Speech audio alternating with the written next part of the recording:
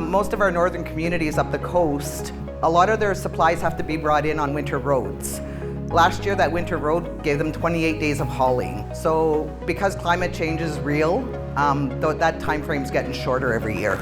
I'm a relatively new member to the green building sector of our economy, of our industry, and so I'm going to take a few minutes to quickly just introduce myself, talk a bit about my background, and then I'm going to move really quickly through the very few projects that I've had an opportunity to work on at this point. And I've been doing this craziness for about 30 years now, and I decided to pile it on with an off-grid CLT water access only cabin.